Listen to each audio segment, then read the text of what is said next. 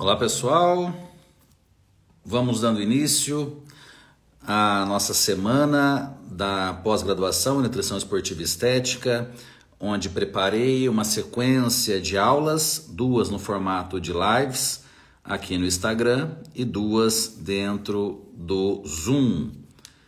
Esperar um pouquinho para vocês irem entrando. E só uma reflexão de como hoje, sem dúvida alguma, só não aprende quem não quer. Você da sua casa tem condições de assistir, lives com profissionais com muita experiência na área, meus colegas dentro da Plenitude Educação sempre estão fazendo aqui também semanas como essa. Então, sem dúvida alguma, hoje só não aprende quem não quer.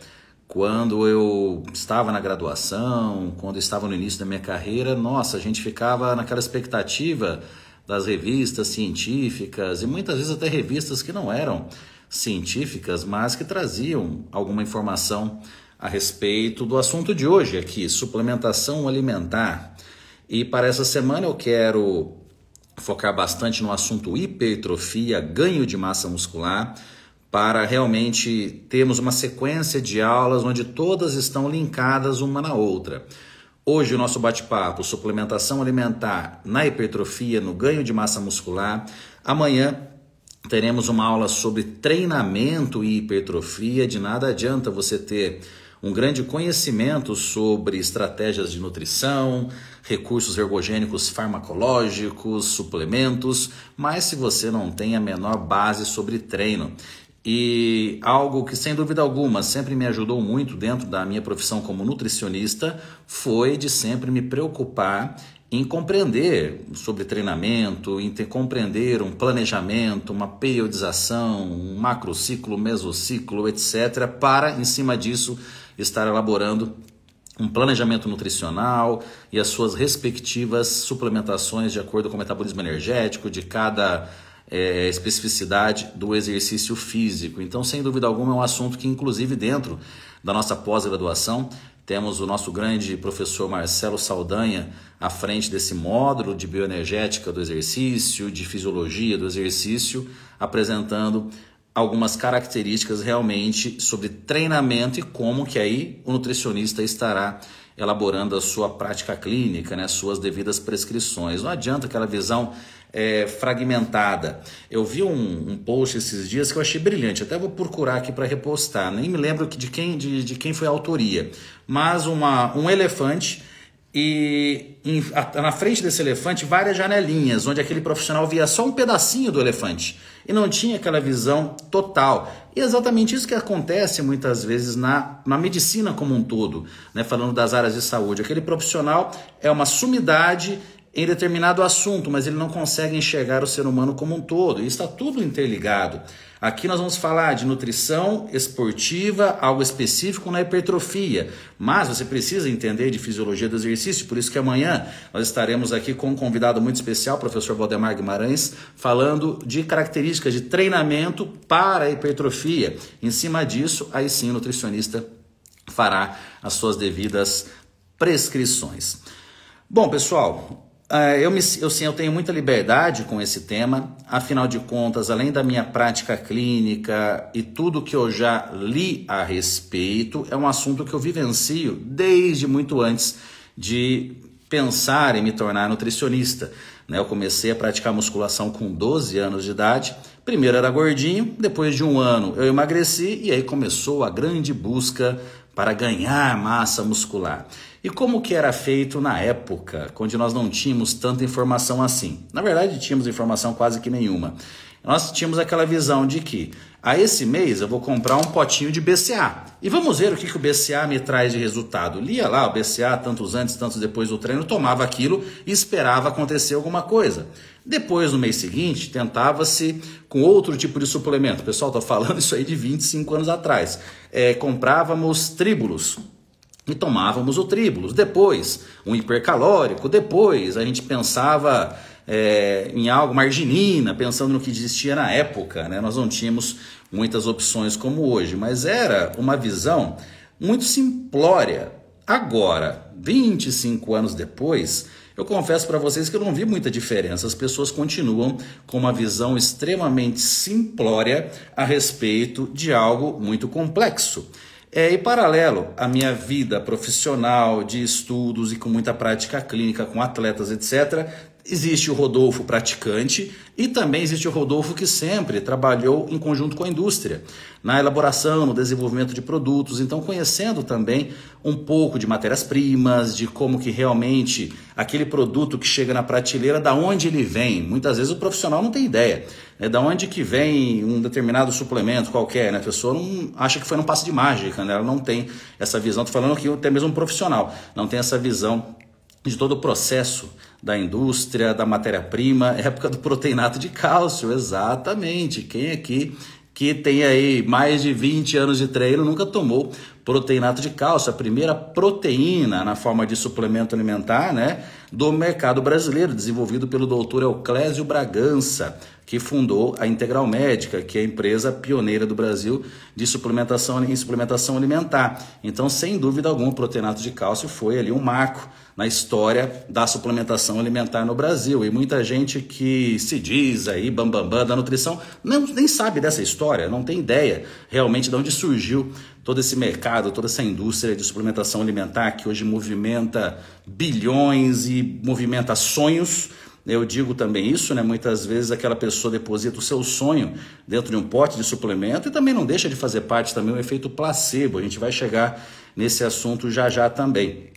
Muitas vezes o efeito positivo de determinado suplemento é pequeno, mas em conjunto com aquele pequeno efeito existe mais dedicação, existe mais vontade, com aquilo tudo acontece como se fosse num passo de mágica. Isso acontece muito, é o nosso assunto de quarta-feira, onde nós teremos aqui meu querido amigo Adam Abbas falando sobre recursos farmacológicos na hipertrofia. Isso é muito comum também quando a pessoa adiciona algum recurso farmacológico, ela acrescenta lá uma dose muitas vezes baixa de algum determinado esteroide anabólico e com aquilo ela começa a dormir melhor, a treinar mais forte, a não matar o treino, não fugir da dieta, aí o efeito acontece e ela acredita dá todos os créditos, né, para determinado fármaco, sendo que todo lado psicológico também fez toda a diferença. Bom, pessoal, vamos lá, agora que vocês já se aconchegaram, o que eu posso agregar de uma maneira muito prática que envolva desde aqui um médico, um nutricionista, um profissional de educação física e até mesmo um praticante que não é um profissional da área, né? Vamos pensar aqui em aspectos práticos. Bom, para ganhar massa muscular, primeiro ponto, nós precisamos, a base do assunto da manhã, treinamento. Ok, mas vamos deixar isso para amanhã. Eu acabei de chegar da academia, pessoal, vamos ser sinceros, em uma academia de ginástica, 80% das pessoas que estão ali dentro não estão comprometidas com o treino, mas aí a gente deixa esse assunto para amanhã, né? É um tal de desviar das pessoas que estão no telefone e tal. Então aí a gente já deixa esse assunto para amanhã, mas só fazendo essa reflexão, que muitos desses estão gastando um monte com suplementação alimentar. Eu acho que o dia está caindo do céu, né? Porque realmente não vai ter grandes resultados se a base já está errada. Mas, de novo, amanhã a gente bate um papo com o professor Valdemar Guimarães sobre isso. Mas falando aqui dos aspectos nutricionais. Primeiro ponto, você não pode ter deficiências, seja deficiências vitamínicas e minerais, você não pode ter deficiência na sua ingestão de proteínas, na ingestão de carboidrato, de lipídios. Simples, né? E ainda na sua hidratação. Simples, né? Simples não, é bem complexo, porque vamos lá. Quando você fala em hipertrofia, o primeiro nutriente que vem na cabeça são as proteínas. Ok, por isso que os suplementos em pó proteicos são tão populares assim e, diga-se de passagem, são extremamente úteis para conseguirmos realmente adequar essa ingestão de proteínas dentro de uma rotina alimentar. Agora, pasmem vocês, a ingestão de proteínas para ganhar massa muscular, ela acaba sendo menor do que, relativamente falando, do que quando se deseja reduzir gordura corporal. Claro, um atleta de alto nível, tudo é calculado com exatidão, mas para uma população em geral que está buscando uma educação nutricional, claro que nós buscamos valores aproximados. Eu, particularmente, não peso a minha comida há muitos anos. Eu bato o olho e tenho uma ideia do que fazer. E acho que é muito importante também nós ensinarmos os nossos pacientes a sabermos lidar com devidas situações que fujam da sua rotina. Exemplo prático, eu acabei de chegar da academia. Eu achei que eu chegaria em casa e teria tempo para fazer a minha refeição, que eu sempre faço nesse horário, que normalmente é um frango acompanhado de arroz integral, vegetais e tal, mas se eu fosse fazer isso eu correria o risco de atrasar aqui com vocês. Então eu fui lá, tomei um shake de whey, comi abacaxi e depois aqui do nosso bate-papo, da nossa aula, aí eu farei a minha refeição. Agora, muitas vezes o paciente não tem essa orientação de que ele pode ter essa flexibilidade e muitas vezes ele acaba tendo essa dificuldade de mudança na sua rotina e manda um WhatsApp para o nutricionista e manda um e-mail e entra em contato e fica desesperado. Então, realmente, dentro de uma consulta, nós precisamos orientar o paciente o que seria uma distribuição de nutrientes de uma forma mais prática para ele estar ali moldando o seu dia a dia alimentar. Agora, um atleta não, o atleta ele não vai ficar mudando o horário do treino dele à toa, ele vai realmente seguir aquela planilha como se fosse a rotina de trabalho. No meu caso, minha prioridade é minha profissão, então de manhã, que é o horário que eu treino, hoje eu precisei gravar aulas, então já mudou totalmente a minha rotina e por isso que eu dei esse exemplo de um dia mais flexível, né? O paciente precisa ter essa liberdade, porque dentro de um mundo real, dificilmente alguém consegue manter aquela rotina de treino do mesmo horário, sempre, aqueles dias que muitas vezes são mais atribulados, o que fazer com a alimentação? Então, receitinhas práticas e básicas que podem ajudar e muito, e sempre trazendo o nosso tema aqui de hoje, que é suplementação alimentar. Nós precisamos ter uma ingestão, pessoal, para não confundir muito, pense em torno de 2 gramas de proteína por quilo de peso. Isso para uma pessoa, claro, que não tenha um nível de obesidade, um peso excessivamente elevado de gordura, você pode utilizar o seu peso atual. Vamos imaginar, aqui no meu caso, peso 100 quilos. Então, poderia passar aqui a pensar em 200 gramas de proteína por dia, pensando em ganho de massa muscular. Essa ingestão necessitaria ser distribuída ao longo do dia pelo menos em 4 refeições, mas pode ficar até mais confortável distribuir em 5 ou até mesmo 6. 200 gramas é proteína pra caramba, porque a gente está falando do nutriente, não do alimento em si. Então nós estamos aqui falando de bastante proteína. Mais confortável, separarmos aqui no caso em 5 refeições de 40 gramas de proteínas aproximadamente cada. Aí, claro, importante também o nosso paciente ter ideia de quantos gramas de proteína que contém um determinado alimento, seja carnes, ovos, laticínios, leguminosas, para que realmente ele consiga manipular a sua própria alimentação e não seja um escravo de uma pastinha, como muitos acabam sendo sem necessidade. De novo, um atleta, um paciente crítico, esse realmente precisa ter uma rotina mais ali, mais em cima realmente, porque estamos falando de um nível mais elevado no caso de um atleta e um nível onde exige mais cuidados no caso de um paciente crítico. Agora, para a maior parte da população, incluindo eu e praticamente todos vocês, com certeza, nós podemos ter aqui essa visão um pouco mais aproximada com relação a nutrientes. E dentro dessas 5 refeições, nós podemos falar aqui, podemos imaginar que 1 ou 2 delas ficaria inviável, ficaria difícil a ingestão de alimentos, fontes de proteína. Por que não colocarmos suplementos em pó? Que até eu tenho dificuldade de pensar em um whey ou uma proteína vegetal em pó como um suplemento. Eu já vejo isso como um alimento proteico em pó. Se o whey protein é um suplemento, o leite em pó também é, o leite ninho e similares também são suplementos, porque estamos falando de um alimento proteico em pó. E a grande base de um suplemento proteico é o seu aminograma.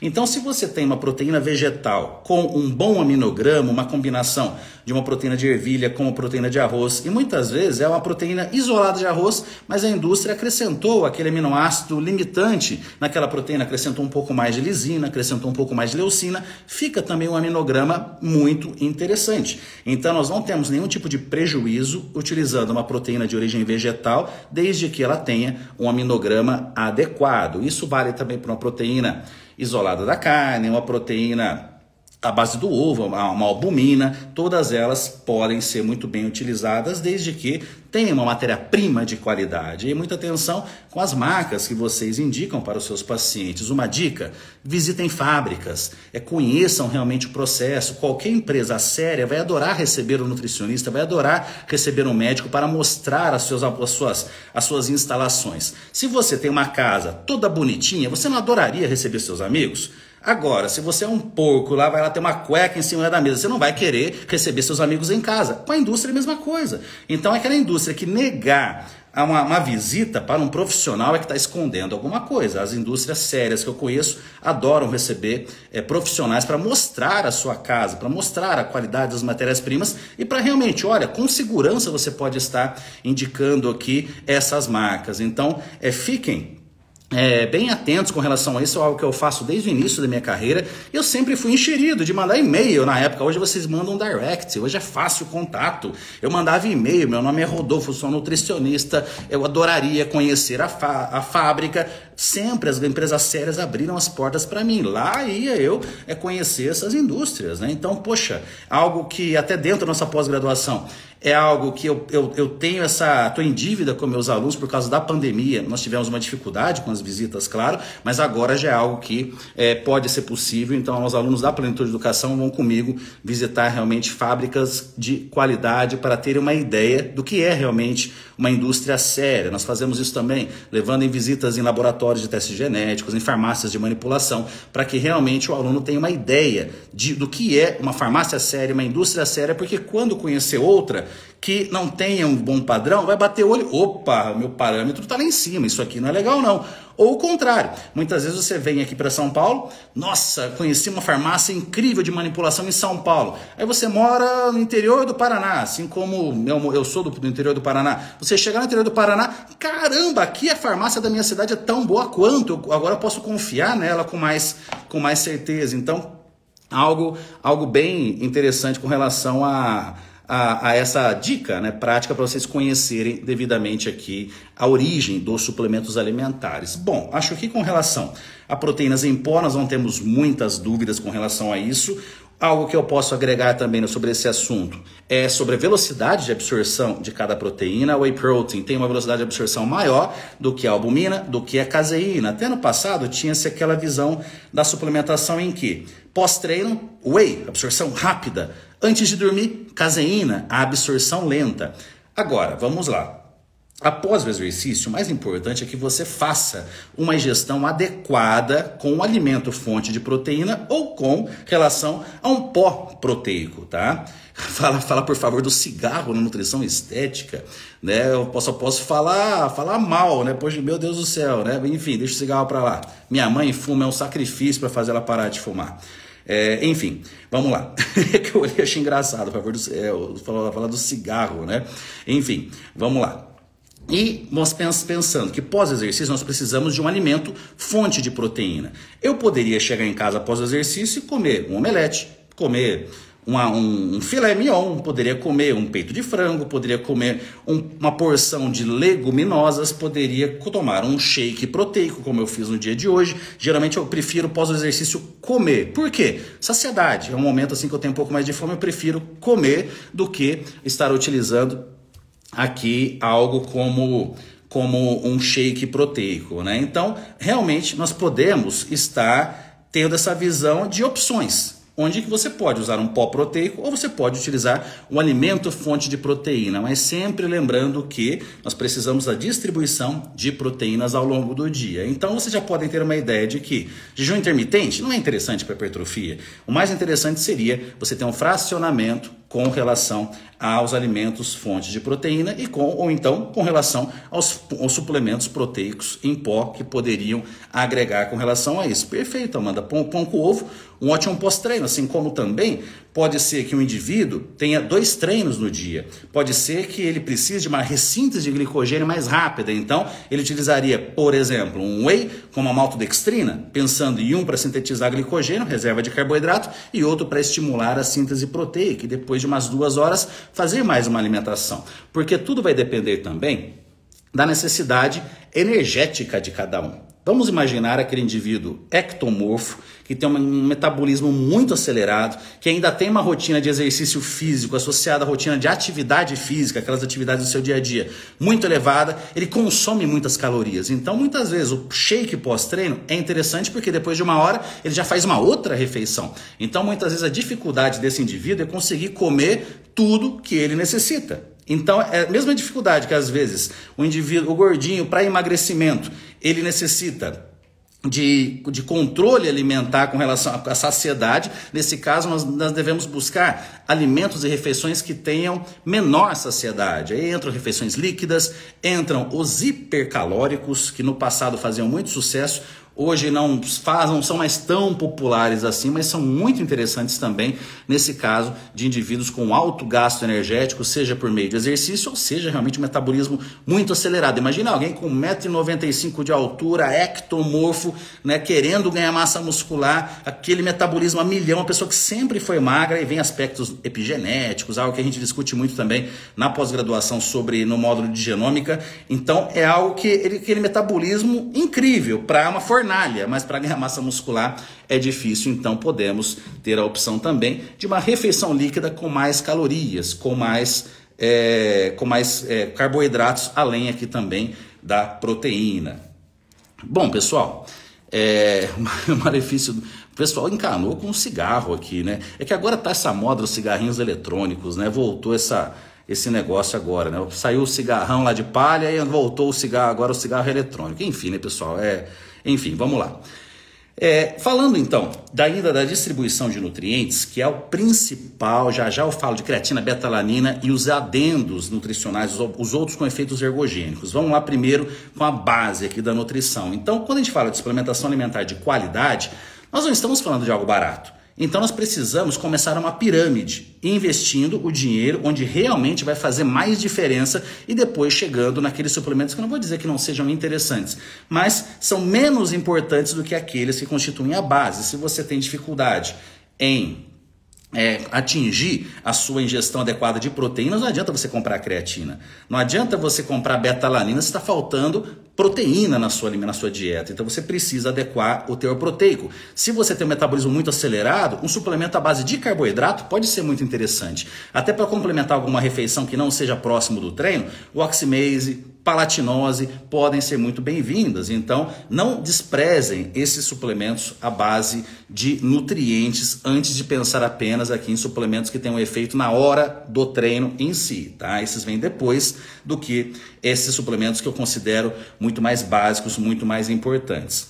Bom, pessoal, falando de carboidratos, né, quando nós precisamos ganhar massa muscular, ele se torna um nutriente até mais importante do que a proteína, por incrível que pareça. Nós precisamos ter uma ingestão de carboidratos com boas fontes desse carboidrato para que realmente você, uma forma muito simples de explicar, deixa a proteína agir para a sua síntese proteica, e essa ingestão de proteínas não seja utilizada como uma fonte de energia, você não desperdice essa proteína que você está ingerindo.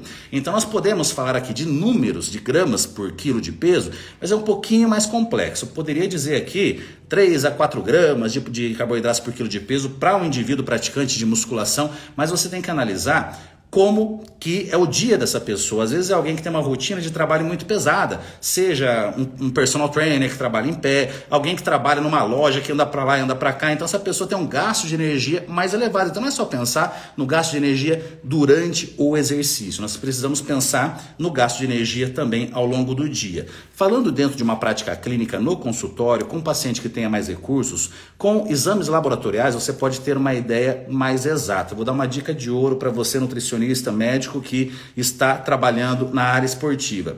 Tentar manter triglicerídeos de 70 a 90, ureia de 40 a 50. Mas lembrando, você tem que ter o controle do momento da coleta. Não adianta o paciente ligar no consultório, já receber uma guia de exames e fazer esses exames sem você ter controle da alimentação. Não, você ingeriu você elaborou uma proposta com 2,2 gramas de proteína por quilo de peso e 4 gramas de carboidrato por quilo de peso. De 20 a 30% das calorias totais serão provenientes de lipídios, tá? Esse paciente volta com exames com um triglicerídeo de 80, com uma ureia de 45. Tá impecável essa distribuição de carboidratos e proteína. A ureia tá 70. Opa, pode ser desidratação, pode ser... Aí você pode olhar também a relação hematócrito-hemoglobina, tem que ter 3 vezes o valor da hemoglobina. Você pode, claro, investigar a coloração da urina desse paciente para descartar a questão da hidratação. Você pode também estar analisando que pode ser uma falta de carboidratos. Esse 4 gramas por quilo de peso pode ter sido pouco, você precisa aumentar esse carboidrato. Às vezes ele está aumentando o gasto de energia dele por meio do treino, que está sendo insuficiente. Então, ao invés de reduzir a proteína, você pode aumentar essa ingestão de carboidratos. Então, cuidado com essa análise desses exames. Você precisa ter uma visão muito mais global do que simplesmente ureia, proteína, triglicerídeo, carboidrato, tá? E claro, estamos aqui descartando também situações, no caso uma hipertrigliceridemia devido a alguma predisposição genética, algo mais específico, ou quadros como no caso um período gestacional, aí é outra história, mas pensando naquele indivíduo saudável que está treinando, buscando ganho de massa muscular, essa acaba sendo uma dica de ouro. Então adequou carboidratos. Com relação à quantidade, nós precisamos também pensar em distribuição. De que adianta você treinar de manhã e a sua maior ingestão de carboidratos ser no período da tarde? Então eu destaco 3 refeições muito importantes. Eu dei o exemplo da ingestão de proteínas de 4 a 6 refeições por dia. Eu dei até o meu exemplo que encaixaria muito bem 5 refeições. Agora, você pensando nessas 5 refeições, as 2 antes do treino e a refeição após o treino, ela deve ter uma quantidade de carboidratos mais elevada. O quanto mais elevado? Depende da rotina do seu treino. Hoje está muito na moda, né? Cada hora é uma coisa, né? Doce de leite, doces antes do treino. Mas e aí, como é que é o seu treino? O seu treino é intenso para isso? Para alguém que pedala 3 horas, eu adoro prescrever esse tipo de situação. Agora, esses treinos que eu vejo na academia lá, nheque, o bracinho do cara parece uma caneta Bic. E se entupindo de pão com doce de leite pré-treino, primeiro treina, para daí você merecer realmente uma necessidade energética maior, né? Então é muito relativo o que a pessoa gosta, o que ela não gosta. Eu não gosto de doce. Se a pessoa me prescrever pão com doce de leite no consultório, eu não volto mais. Porque comer doce o que antes do treino não faz lógica para meu paladar. Eu prefiro 2 horas antes do treino fazer uma alimentação mais complexa. Minha fonte de carboidrato predileta acaba sendo arroz, né? Batata, eu nunca gostei muito de batatas. Mesmo batata doce, por exemplo, sendo uma mega fonte de carboidrato. Agora, o atleta não pode ter frescura, não. O atleta, você vai comer, meu amigo. Você quer ser campeão, você vai comer. Esse mimimi é para quem não é atleta. E eu, no caso, não sou um atleta, não vivo disso, então eu posso me dar o luxo de escolher, né? Mas também não vou escolher uma bisnaguinha com doce de leite antes do treino se eu posso fazer uma escolha melhor. Então, isso é muito relativo. A base da nutrição esportiva, pessoal, é realmente performance. É nutrição para performance, é jogador de futebol, jogador de vôlei, jogador de basquete. Então, para esse tipo de performance, onde um atleta é descoberto quando é criança, onde realmente não existe um jogador de futebol que decidiu ser atleta com 15 anos de idade.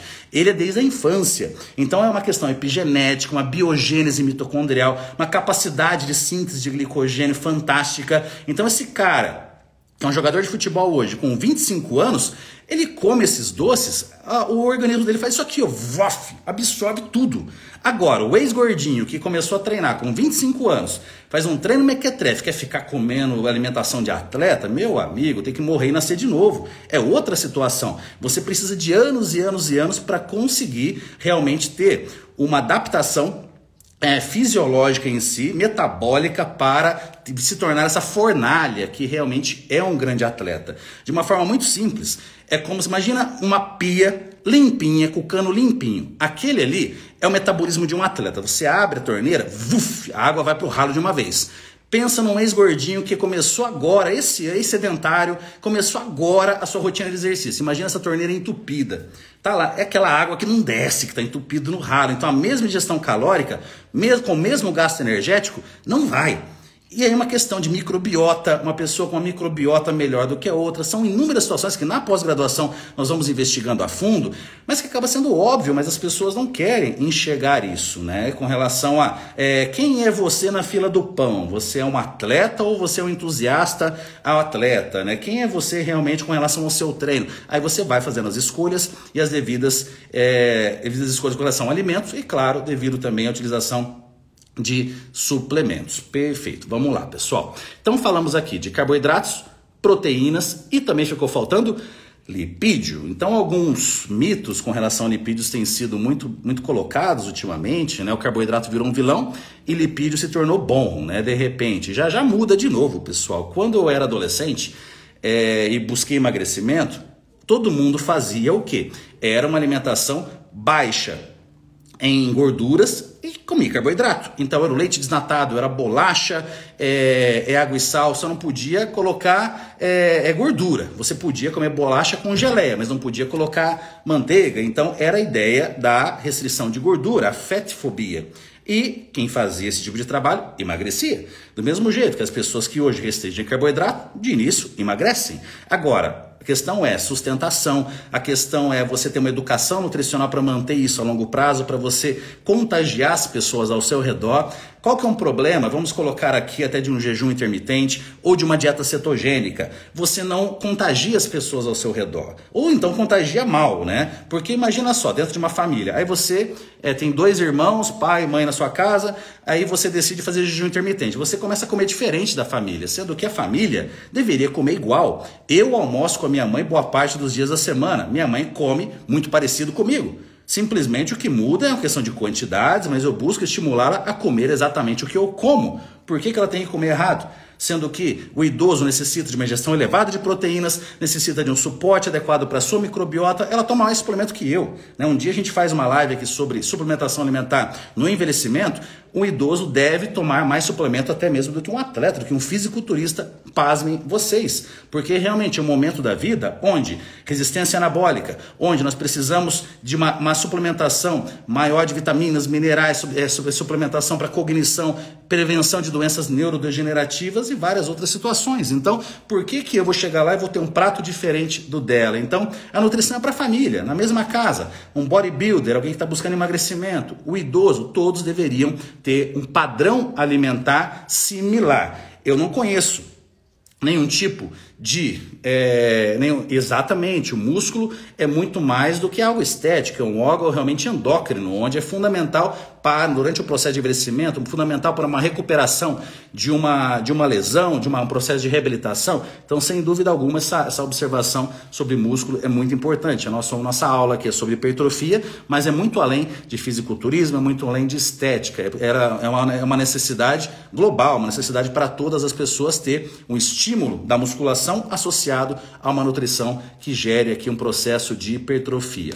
Bom, falando então de gordura, um erro que eu considero muito grande é a superestimação do óleo de coco. Óleo de coco no café como pré-treino. Isso não tem lógica, pessoal. Óleo de coco é uma gordura saturada. Isso seria uma atitude de uma dieta cetogênica, mas a dieta cetogênica é aquela que todo mundo fala, mas pouca gente consegue adesão. Não existe... existem poucas pessoas que mantêm isso a longo prazo, mas é igual aquela história. Estou fazendo uma dieta cetogênica, estou tendo grande resultado, daqui 6 meses pega essa pessoa e conversa de novo. Então, é algo assim, né, que existe a teoria, mas na prática é muito distante da realidade de um país onde nós temos uma quantidade enorme de frutas, de cereais integrais para estarmos aqui utilizando no nosso dia a dia. E lembrando, para hipertrofia é muito mais interessante você ter a ingestão de alimentos, fontes de carboidrato muito bem organizado. Destaco com relação a lipídios, primeiro de tudo, você buscar boas fontes de alimentos, fontes de carboidrato e alimentos, fontes de proteína.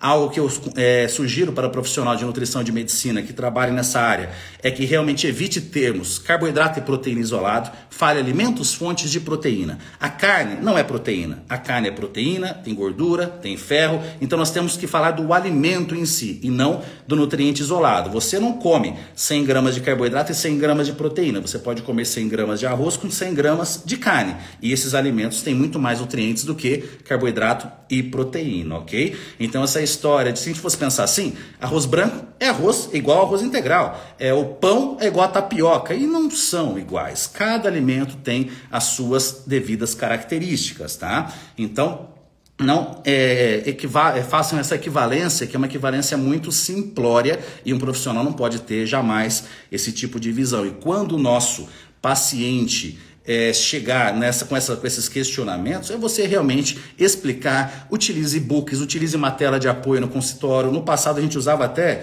cartoons, esqueci até o nome, tipo folders, né? Mas hoje a gente pode usar uma tela acessória e enviar um e-book para o nosso paciente. Então, aqui até a pergunta da Carol, né? Quantos ovos resultam em 40 gramas de proteína? Um ovo grandão, em torno de 3 gramas a clara de ovo, em torno de 3 gramas de proteína, com mais em cerca de 3 gramas de proteína proteína na gema, mas tem que pensar num ovo gigante. Mas aí temos que pensar também, 40 gramas de proteína, se você usa a gema de todos os ovos, você vai ter uma ingestão alta de gorduras. Então essa história também do ovo sempre ser com gema, depende em qual situação, para quem, né? O que você está buscando. Então muitas vezes complementar, você pegar um filé de frango, acrescentar 1, 2 ovos, então ir montando realmente o seu planejamento, que quando o paciente tem essa visão de quantidade de gramas de nutriente em cada alimento, ele consegue fazer aproximadamente as suas substituições, não fica tão refém ali da pastinha em si. Então, escolhendo boas fontes de alimentos, de carboidrato, fontes de carboidrato e de proteínas, você automaticamente terá uma ingestão adequada de gorduras. E sugiro você complementar essa ingestão com o quê? Ou um pouco de oleaginosas, um pouco aqui de semente de abóbora, semente de linhaça, semente de chia.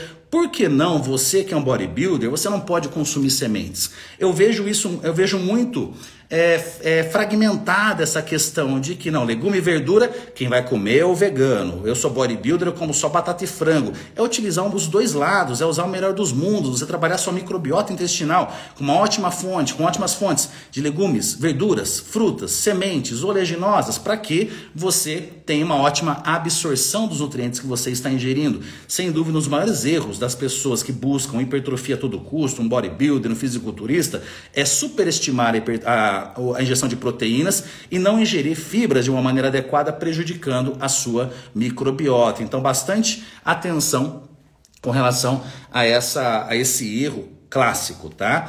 Um suplemento, falando-se de gorduras, que é muito interessante, são os ácidos graxos ômega 3.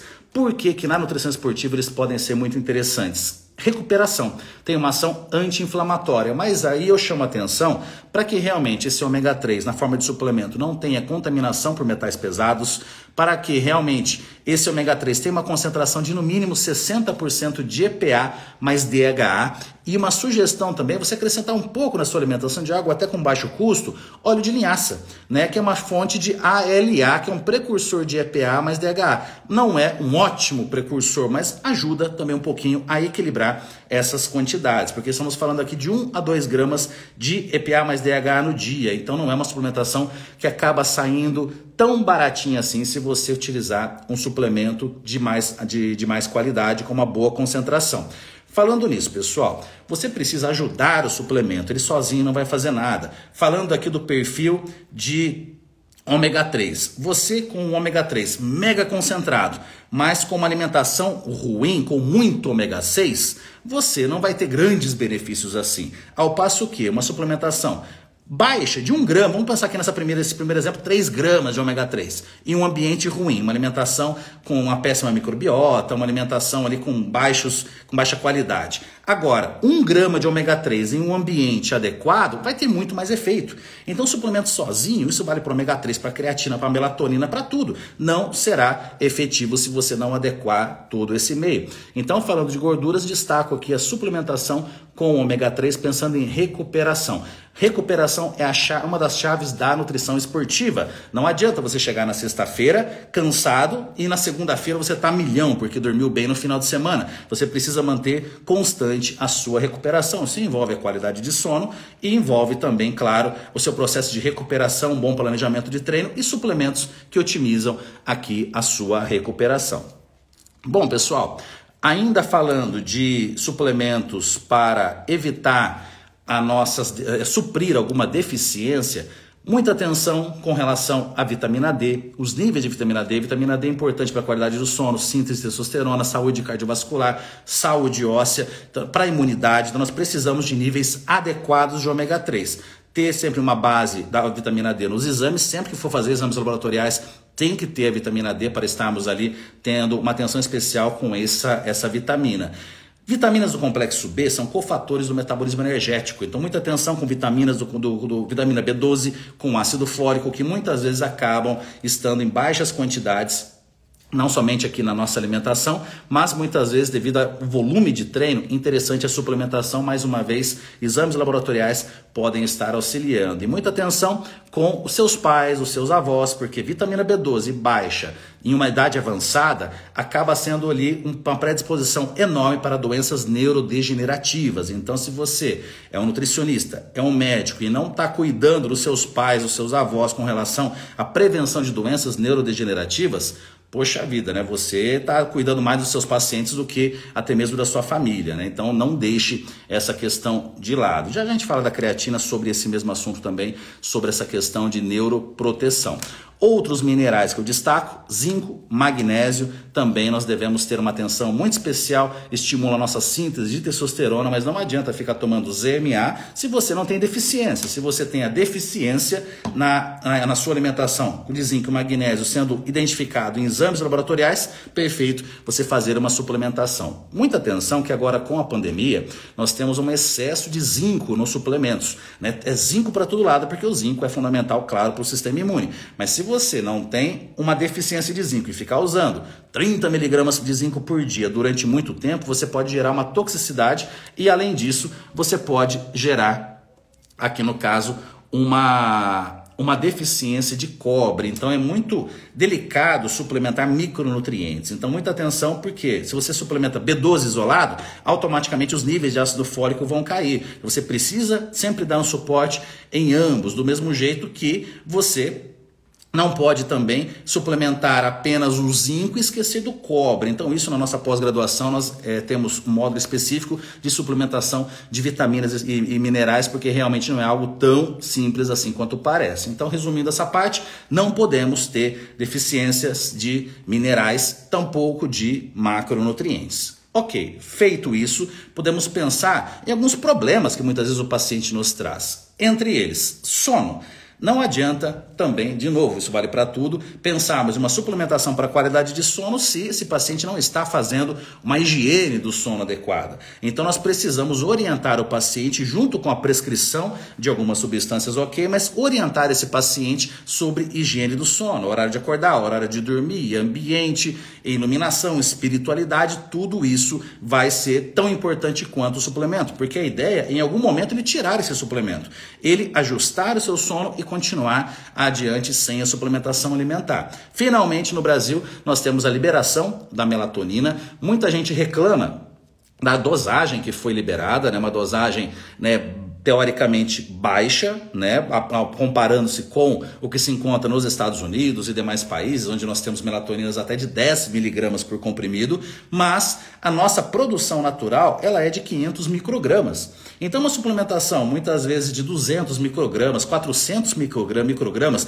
o que a gente consegue com a legislação aqui no Brasil é mais do que o suficiente se estiver em conjunto com a higiene do sono. E você pode também colocar adendos. Aí eu destaco uma terapia à base de chás. Você pode utilizar mulungu, Melissa officinalis, passiflora, valeriana, tantas opções, lavanda, tantas opções de chás em conjunto com uma suplementação de melatonina. Se você observa que seu paciente não tem, ou até mesmo por exames laboratoriais, não está com níveis tão adequados de magnésio, você pode colocar à noite também a suplementação com magnésio, que também tem um efeito mais sedativo. Agora, se os níveis de magnésio estão bem elevados, ele tem uma ingestão alimentar de magnésio, seja por meio de semente de abóbora, por meio de uma variedade alimentar, desde banana, aveia, abacate, né, alimentos fontes aqui de magnésio no seu dia a dia, cuidado também de não ficar suplementando mais e mais e mais sem necessidade.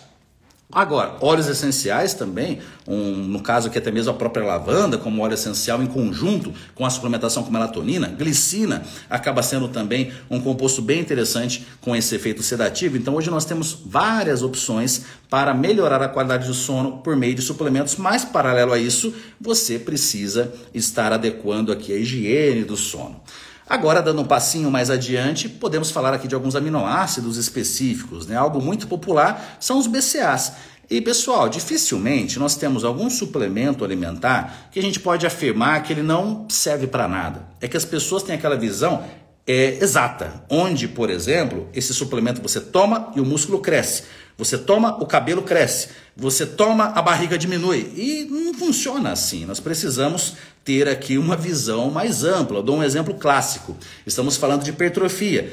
Muitas vezes a gente precisa trabalhar o intestino do paciente para que tenha uma ótima absorção de nutrientes. Aí entramos com prebióticos, destaco aqui goma cássia, podemos entrar em algumas situações até com probióticos em conjunto, mas aí num momento mais específico, dentro de um contexto onde você esteja fornecendo substrato, uma alimentação adequada para que esse probiótico cresça adequadamente, não uma dieta com 4 gramas de proteína, com baixíssimo carboidrato, sem fibras, um ambiente péssimo para crescimento desse probiótico. Então, temos que pensar muitas vezes de uma maneira indireta no efeito. Pensando no BCA e hipertrofia e síntese proteica, para essa situação ele acaba não sendo interessante, porque é a mesma coisa de chover no molhado. Se você tem uma gestão de proteínas adequada ao longo do dia, adequada com relação à sua distribuição, tomar um BCA antes e depois do treino seria mesmo, para essa finalidade de síntese proteica, seria a mesma coisa de você regar o jardim com água no meio da chuva. Tá, ok. Para isso não é interessante. Agora, nós temos muitas evidências, além de teoria, também com muita prática clínica, em atletas com uma alta demanda de treino, utilizando o BCA para recuperação, né? Então isso é muito comum no Ultra Endurance, triatlo e realmente ali com respostas bem interessantes. Então depende do que, para quem, em qual situação que você vai utilizar ou não esse suplemento. Por exemplo, recentemente fiz uma prescrição de BCAAs na forma de comprimidos mastigáveis para uma paciente que já mais velha, mais idosa, que não conseguia ingerir toda a quantidade de proteínas em cada refeição. Eu complementei com as cápsulas, ela adorou a cápsulazinha de coco e tal, e ela come nessa cápsula após algumas refeições para melhorar o perfil de aminoácidos daquela refeição. Pode também ser uma estratégia, assim como também aminoácidos essenciais. Quantas vezes o paciente não se adaptou com a suplementação com whey pós-treino pelo sabor, no sentido de ser mais leitoso, aquele sabor mais característico, ou então a proteína vegetal de ser mais arenosa, né? Todo mundo que se adapta e acaba se adaptando com um mix de aminoácidos essenciais. Qual que é o problema, né? E muitas vezes aquela pessoa se adapta àquilo da melhor maneira possível, a adesão. Então hoje nós temos várias possibilidades de suplementos alimentares que podem gerar maior adesão. Então esqueçam aquela, né, ferro e fogo receita de bolo. Glutamina e ganho de massa muscular, diretamente recuperação, não tem nenhum efeito. Da mesma forma que aqueles 5 graminhas por dia de manhã para a imunidade também não tem efeito. Mas temos inúmeros profissionais que trabalham com o intestino que defendem o uso de glutamina em situações mais específicas. Intestino gotejante, tentando melhorar a permeabilidade do intestino, em períodos mais curtos, em altas quantidades. Então, depende, pessoal, não dá pra gente meter o pau ou dizer que determinado suplemento é bom para todo mundo, né? Vamos falar sobre um que ele hoje é o queridinho de todos, que é a creatina. A creatina, ela é muito relacionada a ganho de massa muscular, mas ela tem inúmeras possibilidades. Ela pode ser utilizada em um processo de emagrecimento, porque aí o ideal é que o obeso, o indivíduo que está buscando emagrecimento, pratique musculação para trabalhar sua massa muscular enquanto reduz gordura e melhora o rendimento do seu treino com a suplementação com creatina. Melhora também a captação de glicose, pode melhorar aqui aspectos relacionados à neuroproteção. Então a creatina, até mesmo a saúde óssea, hoje nós temos muitos estudos apresentando essa relação. A creatina é o suplemento da família. É bom para o avô, é bom para o pai, é bom para o filho, é bom para o irmão, para o bodybuilder, para a pessoa que está buscando emagrecimento. Então, sem dúvida, é um suplemento que acaba sendo ali uma exceção até que acaba sendo bom para todo mundo. Temos poucos suplementos com essa característica, né? Alguns a gente pode afirmar que eles são assim, aqueles suplementos da família, creatina, o próprio ômega 3, o pó de proteínas, né? Whey protein ou algo similar, ele pode também ser utilizado, né? É igual na casa da minha mãe. Eu vou lá, ela tem um pote de whey que é para mim, para minha irmã e para ela. A gente usa o mesmo whey. Qual que é o problema, né, da gente não usar o mesmo whey? Eu vou lá, eu roubo a creatina dela e assim por diante, né? Porque é tão bom para ela quanto é bom para mim. Agora, aqueles conceitos de que a creatina aumenta a massa muscular, meu amigo, não aumenta nada se você não tiver estímulo. Ela pode te dar uma base maior para você ter um treinamento mais efetivo, e esse treinamento mais efetivo associado a toda a sua dieta e descanso pode te ajudar a aumentar a massa muscular. Então ela sozinha também não faz nada. Então, algumas dicas interessantes, práticas com relação à creatina, tirar alguns conceitos. Ela tem um efeito antagonista com a cafeína. Então, por mais que não seja um grande efeito assim, mas esse efeito existe, cafeína pré-treino e, no caso, uma creatina pós-treino. Mas o mais importante também da creatina é aquele horário que você não esquece, porque é uma suplementação que você precisa usar todos os dias. No meu caso, eu uso a creatina no meu jantar. Por quê, Rodolfo? Porque é o horário que eu lembro. Então foi o horário que eu encaixei, que é aquele horário que eu não esqueço. Já tentei em outros horários, mas na minha cabeça tá ali fixo dessa refeição da noite, é o horário que eu não esqueço. E com isso, ela acaba sendo algo interessante aqui para mim dessa maneira. Às vezes, se eu tentar mudar para outro horário, pode ser que eu não consiga introduzi-la da maneira ideal, que seria o uso todos os dias. Creatina para criança eu não vejo muita aplicabilidade, né? Eu consideraria mais assim adolescentes, até no caso para criança atleta, eu acho interessante durante essa fase de crescimento ela buscar realmente estimular o seu potencial genético. Se for utilizar algum suplemento, eu diria gelzinho de carboidrato, alguma coisa relacionada a carboidrato, devido ali ao gasto de energia ser muito alto, às vezes um jogo de futebol mais prolongado, situações mais básicas. E aquela criança que, claro, né, não ingere determinado grupo alimentar por erros na introdução alimentar, isso é muito clássico hoje em dia, uma falta de adequação na introdução alimentar da criança, porque o ideal é que essa criança seja introduzida na alimentação da família. Agora, se o pai só come costela com cerveja e a mãe só come doce, como é que vai introduzir essa criança na alimentação porcaria da família? Então aí vem papinha, aí vem industrializados, aí complica. Então, né, eu não tenho filhos, mas nos próximos anos eu pretendo ter, e claro, antes de ter o filho eu preciso ter uma adequação alimentar pronta para essa criança chegar e encontrar um ambiente adequado. Eu acho muita irresponsabilidade você ter um filho e colocar no meio de uma lixeira alimentar, porque isso vai refletir quando seu filho for adulto, vai ter mais predisposição, obesidade relacionadas, diabetes, ele não tem nada a ver com isso. Então a criança aprender realmente cores, sabores é uma regra fundamental dentro aqui da família em si, né? Dentro da pós-graduação de nutrição esportiva e estética, eu faço questão de ter um módulo de nutrição materno-infantil. Mesmo não sendo a prioridade aqui da nossa pós-graduação, eu acho fundamental porque o erro está ali. Se hoje o mundo está obeso, é porque as crianças aprenderam errado. Então se fala de reeducação alimentar, mas reeducação o quê? Se a pessoa não aprendeu a se alimentar na maneira adequada, deveria ter educação nutricional na escola. A criança deveria aprender a comer na escola e principalmente dentro de casa, de comer na mesa e não no tablet, de comer sentada na mesa e não no sofá. Então tá tudo errado nesse sentido. E depois que cresce, acham que vai aprender quando adulto, né? Poxa, né? Ser mais responsável realmente com relação à nutrição dos filhos. Esse é um assunto que eu acho assim que, poxa, a base tá ali, a base tá errada. E, pasmem vocês, por volta dos anos 50, a indústria tentava convencer as mães de que o leite artificial era melhor que o leite materno. Então, poxa vida, olha o absurdo, aí veio aquelas papinhas, né? Aí a mãe trabalhando fora, já não conseguia mais cuidar tanto da alimentação do bebê, aí dá-lhe papinha, dá-lhe alimentação artificial, daí lógico cresce sem ter aprendido a comer. Aí não gosta de brócolis, aí não gosta de fruta, não gosta de... Mas lógico, não aprendeu, agora depois de adulto tem que realmente estar aprendendo, então é algo muito complexo.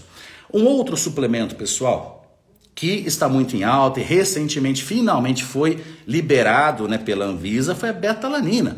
Então a melatonina, a beta-alanina são recentes hoje nas prateleiras das lojas de suplementação alimentar. E não se assustem, mas por volta de 2005 a 2007 a creatina foi proibida. Olha o absurdo, eu palestrava já na época e nosso desafio era convencer as pessoas que a creatina não fazia mal, né? Olha o nível, né, realmente da desinformação, a gente está falando aí de pouco mais de 10 anos, né? Então a beta-alanina é um suplemento com padrão de evidência muito alto, tem um efeito tamponante, não um efeito estimulante. Muitos acham que a beta-alanina vai gerar algum estímulo devido à sua parestesia, aquela coceirinha, né? Que muitos acabam até gostando, né, dessa coceirinha, e relacionam como que o treino é como um pré-treino, né? Nossa, deve estar fazendo alguma ação no meu corpo para realmente ter um efeito imediato. Não, o efeito dela é crônico e não na hora que você usa. Então a beta-alanina pode ser um suplemento interessante quando você necessita de um efeito tamponante. O que seria isso? Aquele exercício mais até o seu limite, a famosa, vamos falar aqui da musculação, que é ganho de massa, nosso assunto, é naquele treino até a sua falha, aquela queimação que nada mais é do que a produção maior de íons H+, que vai se acumulando no músculo, aquela sensação que pode ser amenizada com o uso de beta-alanina, que é um precursor de carnosina, em conjunto com o histidina. Eu sei que fez confusão na cabeça de vocês para quem não é profissional da área, mas essa combinação de histidina, mais que está presente na alimentação, mais a beta-alanina, que é o suplemento, vai gerar aqui mais carnosina, que tem esse efeito tamponante. Agora, se você tem um treino que não chega no seu limite máximo na academia, não tem por que você fazer essa suplementação. Na nutrição esportiva, a base da beta-alanina é uma atividade de alta intensidade de 60 a 240 segundos de duração. Mas, mesmo que você não atinja os 60 segundos em uma série de musculação, você pode, às vezes, ter um planejamento de treino com pouco descanso, né, com uma série atrás da outra, com bisete, séries combinadas, e com isso você atingir esse nível de treinamento que gere seja bem-vinda aqui a suplementação com beta-alanina. Então, para a hipertrofia diretamente, ela não tem relação, mas a creatina também não tem. Agora, ela pode te auxiliar a você conseguir um treino mais intenso e com isso, associado a outros fatores, você conseguir esse ganho de massa muscular. Então, indiretamente, pode ser uma suplementação muito interessante, sim. Problema: os pré-treinos, que agora nós temos a beta-alanina como sendo presente, contém cerca de 2 gramas por dose. Mas fica difícil você usar 2 doses deles, porque você aumentaria também a quantidade de cafeína. Muitas vezes são 200 miligramas por dose. Eu não metabolizo muito bem a cafeína. Então, para mim, 200 miligramas é meu limite. Eu não conseguiria colocar 400 miligramas de cafeína para ter ali 4 gramas de beta-alanina. Então, uma sugestão: comprar beta-alanina separadamente, para que você complete até mesmo em outros horários do dia, para evitar a parestesia, a coceira, para que você atinja a dosagem de 4 a 6 gramas todos os dias, que é a dosagem recomendada, e após cerca de 3, 4 semanas você vai atingir esses níveis de carnosina mais adequados para ter o efeito tamponante. Assim como a creatina, você também precisa de um uso diário, em torno de 3 a 5 gramas, para depois de cerca de 3 até 4 semanas atingir uma saturação de creatina mais eficaz. Seja a creatina, seja a beta-alanina, o indivíduo vegano ou vegetariano estrito, que não consome nada de origem animal, acaba tendo uma resposta melhor devido à sua ingestão alimentar habitual não ter já grandes quantidades de beta-alanina. Falando aqui de pré-treinos, né, uma combinação também bem interessante para um pré-treino é a cafeína, claro. Mas muita atenção, se você treinar à noite, depois das 6 horas, não use cafeína como pré-treino, porque o seu sono é a base da recuperação. Então você pode prejudicar muito o seu sono se você usa cafeína à noite. Agora, se você treina de manhã ou treina à tarde, ok, não vejo nenhum tipo de prejuízo. Agora, a dica muito importante, eu vejo muito na rede social, até o atleta, né, que faz um visual muito legal isso, na academia, vai começar o treino e joga na boca o scoop ali de pré-treino, que tem cafeína. Só que nós precisamos de pelo menos uns 45 minutos para ter esse efeito, esse pico nos níveis plasmáticos de cafeína. Se você faz isso na hora do treino, esse efeito vai acontecer quando você já estiver finalizando o seu treino. Então, já tomar cuidado com relação a esse horário, esse nutrient timing com relação aqui à cafeína. Um suplemento que é muito interessante, que já com certeza a Anvisa vai liberar, né, é a citrulina malato. Né, nós temos aqui a possibilidade, muito bem lembrado aqui pela Valessa, o nitrato, né, o famoso suco de beterraba, que tem grandes aplicabilidades quando ingerido de 90 a 120 minutos antes do exercício físico. Agora, é muita beterraba, né, tem que ser uma quantidade bem significativa aí de beterraba. Quanto maior o seu peso corporal, maior a quantidade. Então não é algo assim tão fácil, a não ser que você goste muito, né, do sabor do suco da beterraba. E lembrando que esse efeito de vasodilatação, tão promovido pela síntese de óxido nítrico, ele vai te auxiliar no transporte de oxigênio, melhora de performance, transporte de nutrientes para o músculo-alvo, mas não vai trabalhar essa vasodilatação periférica, né? Eu tenho bastante vascularização, mas isso aqui é muito genético, pessoal. Desde criança, quando eu emagreci, começou a aparecer um monte de veia em mim, eu nem sabia o que eu estava fazendo, e hoje o pessoal fica perguntando: o que você toma? Enfim, né? Todo dia praticamente eu ouço essa pergunta, mas é genético e outra, gordura, né? Você não vai ver um gordinho vascularizado. Quando eu começo aqui a comer umas nhacas a mais, eu engordo e vão sumindo todas as vascularizações, né? Mesmo eu estando tomando aqui a citrulina, que é algo que eu gosto muito dessa suplementação. A citrulina, interessante que seja uma dosagem de 6 a 8 gramas. Em pré-treinos norte-americanos, você pode já encontrar essa dosagem. No Brasil ainda, nós não temos essa facilidade. Aqui no Brasil nós temos a permissão para a arginina. Muitas vezes as pessoas podem achar que a indústria nacional é inferior a uma indústria norte-americana. O problema, pessoal, é a legislação. Porque hoje as grandes empresas do Brasil não perdem nada para as grandes empresas de qualquer lugar do mundo. Nossa dificuldade hoje é com a legislação que é menos permissiva, né? Então a citrulina é um excelente suplemento, deveria estar mais disponível na indústria, mas ainda temos essa barreira com relação à legislação. É mais a arginina que acaba sendo utilizada, mas a citrulina é um precursor da arginina e sendo esse precursor ela é mais efetiva com relação à síntese de óxido nítrico. Lembrando também, não adianta você usar em cima do treino. Interessante você estar usando aqui 45 minutos, 1 hora, pelo menos aqui antes do exercício, tá? Algumas pessoas colocaram dúvidas sobre treino em jejum. E falando de hipertrofia, é aquela situação. Rodolfo, é o melhor horário? Não. O melhor horário de treino, pessoal, seria, vamos pensar que até na rotina de um atleta profissional, um atleta olímpico, alguém que vive do esporte. Dou até exemplo, por exemplo, na academia que eu frequento, a Companhia Atlética aqui em São Paulo, nós temos nadadores que são da seleção brasileira, nadadores que disputaram a Olimpíada agora, né? Então atletas do mais alto nível. Eles entram na água das 9 da manhã às 11 da manhã, vão para casa, descansam e voltam lá pelas 3 da tarde para fazer o segundo treino do dia. Então o atleta ele treina nos horários ideais de acordo com o nosso ciclo circadiano, seja ele entre 9 e 11 da manhã e entre 3 e 5 da tarde. Então o treino em jejum para hipertrofia e até mesmo para performance não é a melhor opção. Mas é aquela história, se você não tem outro horário, o melhor é que você vá. E com isso a gente adapta algumas situações. Se você acorda 5 horas da manhã e 5h30 já está na academia, fica muito difícil você acordar, impossível, né? Acordar, comer pão, omelete, ou faz uma panqueca de ovos, aveia, banana, ou vai comer algo mais elaborado ainda, né? Então seria interessante que na noite anterior você tenha uma alimentação com uma quantidade de carboidratos que te traga uma energia suficiente para o dia seguinte. Durante o sono, nossa glicemia é mantida pelo glicogênio hepático. O glicogênio do músculo fica armazenado para você conseguir treinar no dia seguinte. Então, é uma opção. Agora, é melhor? Não, não é melhor, mas você não vai ter prejuízos para isso, né? Com isso. Se você tem um desejo muito alto, você realmente quer ter um físico de um atleta, assim que possível, mude o seu horário. Não adianta colocar também 10 horas da noite. Coloque no meio da manhã ou ali no final da tarde, pensando na realidade, mais no final da tarde ou na hora do almoço, seriam horários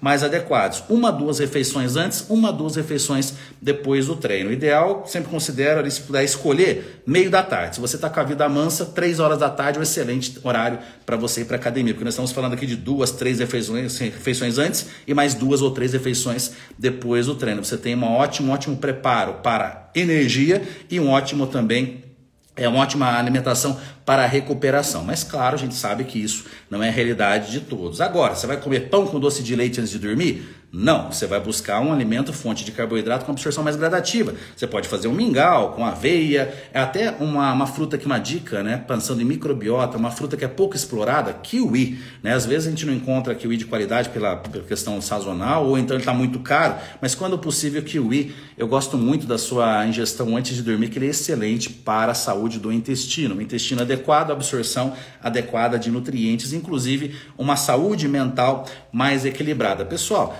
é algo tão claro essa questão do eixo intestino-cérebro que a gente dá pouca importância para algo que é sensacional. Observe quando vocês viajam, como afeta o intestino. Observe qualquer situação de estresse, quando você está com algum problema pessoal, com algum problema no trabalho, afeta diretamente o intestino.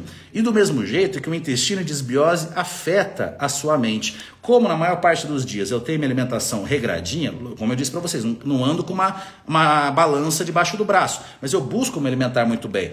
Quando eu tenho uma situação onde eu chuto o balde mesmo, onde eu como lá umas besteiraiadas, no dia seguinte eu me sinto com mais baixo, assim, com relação, nem gosto dessa palavra de depressão, mas me sinto mais triste, vamos dizer assim, sem explicação. Então quem tem essa alimentação mais equilibrada e faz uma lambança, sente na hora realmente esse impacto do eixo intestino-cérebro. Agora, isso de maneira crônica, isso faz um impacto absurdo, é algo que hoje os psiquiatras, inclusive, estão tendo muito mais atenção com relação a isso. Bicarbonato, Line, é um suplemento que é mais velho que andar para frente, né? Algo que vira e mexe, ele volta, né, na mídia. É um suplemento que tem a sua efetividade muito bem estabelecida, também um efeito tamponante, inclusive em combinação com a beta-alanina ele pode ser um grande adendo, porque enquanto um tem seu efeito intracelular, o outro tem seu efeito extracelular. Mas falando aqui de hipertrofia, ganho de massa muscular, eu não vejo assim muita aplicabilidade para aquele treino de musculação no dia a dia. Eu acho muito mais interessante o uso da beta-alanina. Agora, vamos pensar numa situação, um atleta de jiu-jitsu, um atleta de judô, pré-competição, na reta final, você estar ali testando, claro, o bicarbonato antes da prova, chegando nesse dia, eu acho que pode ser um adendo muito interessante. Eu acho mais para esporte, no sentido de competição, e não algo diário ali, no caso ali da musculação.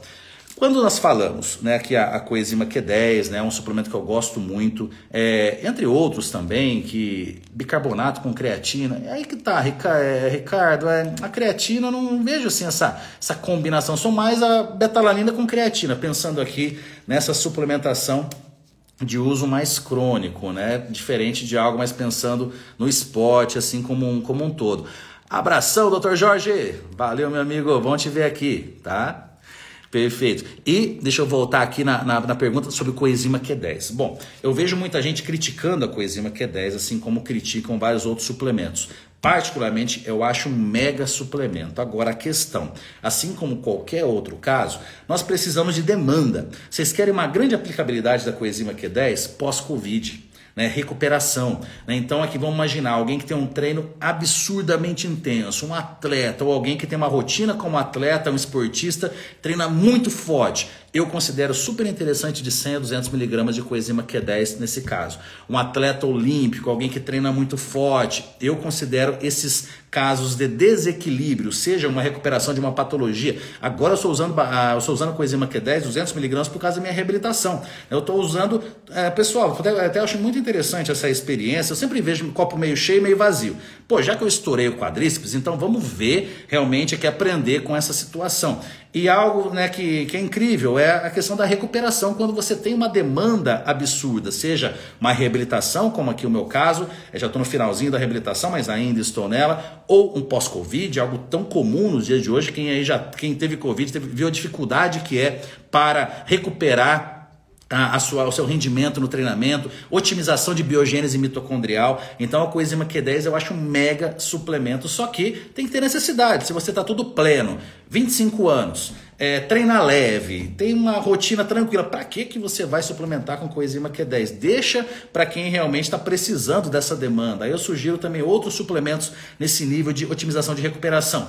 NAC, N-acetilcisteína, é um mega suplemento muito utilizado, inclusive como hepatoprotetor em quem está usando algum ergogênico farmacológico que tem uma hepatotoxicidade, pode se beneficiar com a suplementação com N-acetilcisteína, até uma dica, até para chegar em 600 miligramas como dosagem. É uma substância que está sendo muito utilizada na saúde mental, na psiquiatria nutricional, casos de depressão, algo extremamente, né, comum, infelizmente, nos dias de hoje, esse controle de ansiedade. Aí entra de novo o lado do intestino, né? Saúde intestinal é fundamental também para o controle mental. De novo, algo que os psiquiatras estão levando muito a sério. Hoje o trabalho do nutricionista em conjunto, né, com o psiquiatra, tentando resgatar a saúde intestinal do seu paciente e com isso ter um equilíbrio melhor com relação à saúde mental. Então, mesmo assim como, né, eu estava voltando aqui na coenzima Q10, N-acetilcisteína, ácido alfa-lipoico, são suplementos que eu vejo muitas vezes até profissionais dizendo que não prestam para nada, mas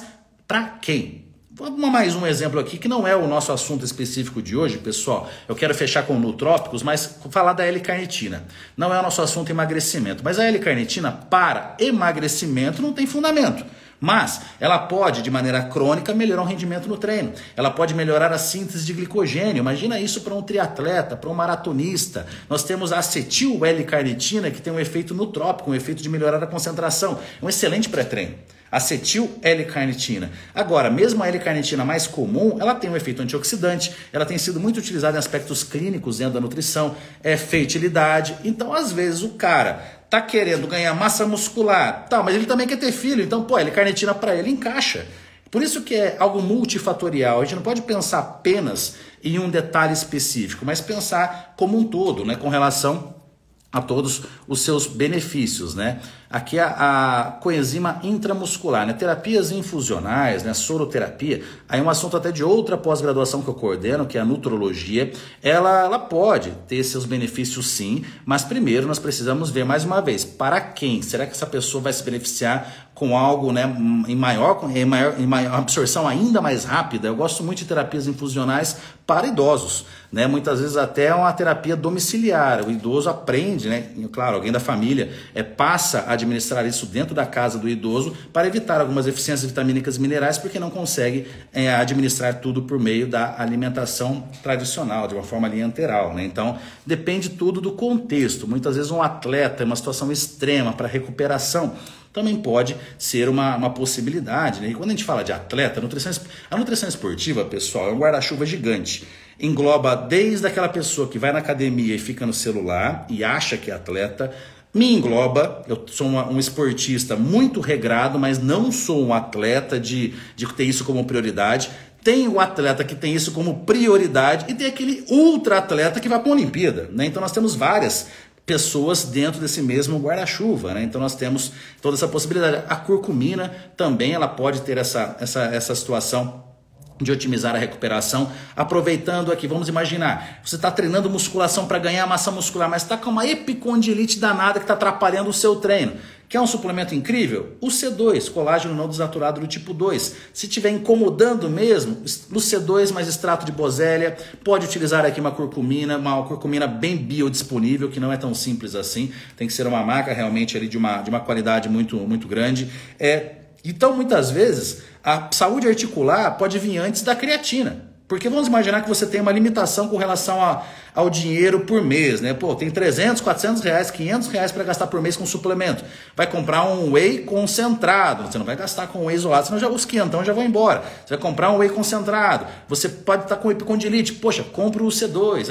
Aí se sobrar um dinheirinho, você vai para a creatina, por exemplo. Isso se não precisar de algum suplemento antes disso. Então, a gente bate papo como se realmente todo mundo tivesse 3, 4, 5 mil reais por mês para comprar em suplementos. Então, a cada situação, nós precisamos ter uma prioridade. Até um detalhe sobre o C2 é o suplemento também para a família. Então, muitas vezes, você que está com hipocondilite e tem o seu avô com 60 anos ou 70 anos, compra dois. Compra um para você e um para o seu avô, porque para ele prevenir osteoartrite. Eu adoro viajar com a minha mãe em excursões, até para fazer amizade, interagir com o pessoal, e normalmente são pessoas de mais idade. Eu sempre fico observando as mãos, né, das senhoras, né, que acabam viajando conosco, boa parte delas sofrendo ali com osteoartrite, algo que realmente nós conseguimos prevenir ou pelo menos minimizar com uma suplementação de UC2. Algumas informações, pessoal, sobre suplementação alimentar deveriam ter acesso, toda a população deveria ter acesso, né? E não deveria ficar essa visão fragmentada, suplemento para estética. Suplemento é saúde, e a estética também tem muita relação com saúde quando ela é saudável, quando você está de bem com a sua forma física, quando não vira também uma obsessão. Então você até envelhecer bonito, com a sua forma física em dia, isso também te traz uma saúde mental mais adequada, né? Claro, tem a questão da aceitação, mas a gente não pode aceitar algo que vai prejudicar o indivíduo envelhecendo, obeso e tendo ali uma obesidade sarcopênica com seus 60, 70 anos de idade, resistência insulínica, processos inflamatórios e tudo mais. Então tudo tem um limite. Não estou dizendo aqui para todo mundo ser sarado, mas temos que ter essa visão também da estética dentro de algo saudável, como um dos pilares também para a saúde, principalmente uma saúde mental, né? Eu chego na minha mãe, eu consegui, depois de uns últimos 2 anos eu consegui fazê-la praticar musculação, ela chega para mim, põe a mão no meu braço, ela faz, né, um muque, ó, tá duro, contrai a coxa, eu aperto, tá duro. Então é estética, a pessoa realmente, né, ter essa visão de estética. Mas uma dica para vocês. Eu fiquei uns 10 ou 15 anos falando para minha mãe, a senhora precisa ir para academia, eu pago o personal para você. Nunca adiantou. O dia que eu falei, mãe, vamos para academia, posso passar aí e te pegar? Peguei e eu levo ela. Eu comecei a levá-la para academia. Durante um ano a gente fez isso. Hoje ela vai sozinha. Hoje ela vai sozinha, tem a sua rotina. Então, tudo isso são dicas, né? Fugindo um pouquinho aqui do nosso tema, mas não fugindo totalmente, porque estamos falando aqui de músculo para o idoso, também importante. Para gente é importante, porque também durante o nosso processo, seja você com 20 anos, 30, 40, 50 anos, você precisa pensar lá na frente no envelhecimento, e quanto mais músculos você ganhar nessa fase, mais tranquila, mais saudável a chance de ser a sua velhice, né? Porque vai acontecer a perda de massa muscular inevitavelmente, assim como a questão da perda óssea. Então, quanto melhor for o nosso pico de massa óssea e massa muscular quando jovem, nós teremos aqui maior tranquilidade na nossa velhice, né? Eu fico imaginando uma situação como essa que eu passei, né, de romper um tendão de um quadríceps. É algo que pode acontecer com um idoso descendo uma escada. Eu imagino a reabilitação de um idoso, imagina alguém com 70 anos de idade, obeso, passar por isso aqui que eu passei. Eu tirando de letra, né, consigo ter força para me locomover quando eu fiquei de cadeira de roda, etc e tal. Para mim já não foi fácil, imagina com alguém nessa situação, como fica o estado mental dessa pessoa. Enfim, né, esse é um assunto, né, que para outro dia a gente falar aqui mais sobre envelhecimento, mas não tem como falar de suplemento e também não falar sobre envelhecimento em si. Fechando, pessoal, pensando em performance, suplementação pré-treino, eu gostaria aqui de dar um destaque para os nutrópicos. São suplementos, são substâncias que têm um efeito grande de aumentar a concentração, aumentar o foco. Mas antes de pensar num suplemento como esse, a pessoa tem que ser educada para focar no treino, independentemente do suplemento. Como eu disse, na academia a gente observa as pessoas só filmando, só batendo papo, só no WhatsApp. Primeiro, deixar de lado isso, focar no treino. Algumas coisas, sem dúvida alguma, a gente precisa fazer sem o celular. O resto, igual a gente está aqui agora na frente do celular, seria hipocrisia eu falar que o celular a gente não deve usar para nada, né? Pelo contrário. Agora, hora do treino, hora da alimentação, hora de estudar, hora de ler, né? Uma leitura realmente. Hora de ir no banheiro, vai lá fazer o número 2, não leva o celular, né? São situações, tirando de lado aqui o sexo, né, que você não deveria ficar à frente com o celular. Na hora de fazer o número 2, é concentrar naquilo que está fazendo, usar um banquinho e ficar ali o menos tempo possível. Na hora da alimentação, é se conectar com o prato, faz uma oração, um agradecimento, senta na mesa, postura correta e se alimenta adequadamente sem celular. Na hora do treino, é hora do treino. Né? Até é estranho eu falar isso, né? Que acabei de me machucar, mas foi um acidente na academia, não foi na hora da execução. Mas qualquer distração pode levar a uma lesão. Então você tá lá no WhatsApp, já pega o peso e faz um exercício para peitoral com uma carga elevada e de repente baixa o pescoço para mexer no celular. Olha o cervical, né? Como é que fica nessa brincadeira toda. Então, paralelo aos suplementos que eu vou falar agora, pensar na atenção plena no exercício. É a mesma coisa de suplementar com melatonina e não fazer higiene do sono. Você, para suplementar com alfa-GPC, com citicolina, com cuperzina, que são substâncias com grande efeito nutrópico, assim como acetil L-carnitina, Bacopa Monnieri, essas substâncias podem te trazer um foco muito maior do que o habitual, mas para isso você tem que estar focado por si, antes de pensar no suplemento que vai dar o extra. Então, se você treina com o celular, amanhã não leva o telefone. Depois de algumas semanas você pode colocar como adendo uma suplementação como essa, e como dica também ela pode ser utilizada na sua sessão de estudos, né? Não necessariamente apenas na hora do treino. Para vocês terem uma ideia, pessoal, essas substâncias eu considero tão poderosas que se eu tenho uma palestra de 1 hora, eu não tomo. Porque eu vou estourar demais o tempo, vai começar a me vir ideias e situações que eu vou me prolongar demais na palestra. Se eu tenho um dia inteiro de aulas, aí eu uso. Porque aí realmente naquele momento, no período da tarde, onde na teoria eu já estaria com uma fadiga mental, eu consigo ter um suporte muito maior. Eu garanto que muitas pessoas que utilizam medicamentos como o Venvance, que não tem necessidade para isso, não tem déficit de atenção, não tem uma prescrição médica específica, poderiam se beneficiar muito mais pelo uso de nutrópicos, que são substâncias sem efeitos colaterais e que podem ser muito bem introduzidas até de uma maneira não crônica. Assim como eu faço, eu não uso todos os dias, eu uso naqueles dias mais específicos, seja de trabalho ou seja de treinamento, que eu precise de um pouco mais de foco, né? Então, pós-Covid. Essas substâncias elas são muito bem documentadas na literatura porque elas estão falando de prevenção de doenças neurodegenerativas. Minha mãe, por exemplo, usa alfa-GPC, pensando em prevenção de uma doença neurodegenerativa, né? E do mesmo jeito que eu também utilizo. É mais um caso de um suplemento que pode ser utilizado pela família. Ainda nós temos uma limitação de uma substância como alfa-GPC, citicolina, uperzine-A, Bacopa Monnieri. Na indústria de suplementação alimentar, nós podemos utilizar a formulação magistral e também nós podemos também ter acesso por meio de internet a marcas do mundo todo que tem essas substâncias na sua linha, né, de produtos, né? Até me perguntaram aqui sobre magnésio. O magnésio treonato também tem uma ação cognitiva muito interessante. Mas, de novo, pessoal, pensar nesses suplementos nutrópicos, mas em paralelo agir em um ambiente que favoreça a ação desses suplementos, assim como a creatina sem treino não funciona, assim como uma suplementação para foco não funciona se você não estiver focado no treino. Eles otimizam, eles não substituem uma falta de vontade com um suplemento. Então isso é uma regra que vale para tudo, tá? Bom, pessoal, amanhã nós temos mais. Amanhã eu tenho um convidado aqui muito especial, o professor Valdemar Guimarães. Será às 21 horas a nossa live, ainda será aqui no Instagram e vamos falar sobre treino. Treino de musculação para ganho de massa muscular. Na quarta-feira vamos falar sobre recursos farmacológicos com meu querido amigo Adam Abbas.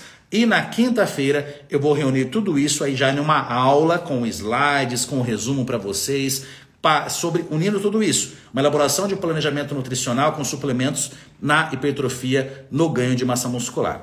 Então é isso, pessoal. Amanhã às 21 horas, espero vocês aqui no Instagram. Boa noite para todos, obrigado pela companhia, adorei. Valeu!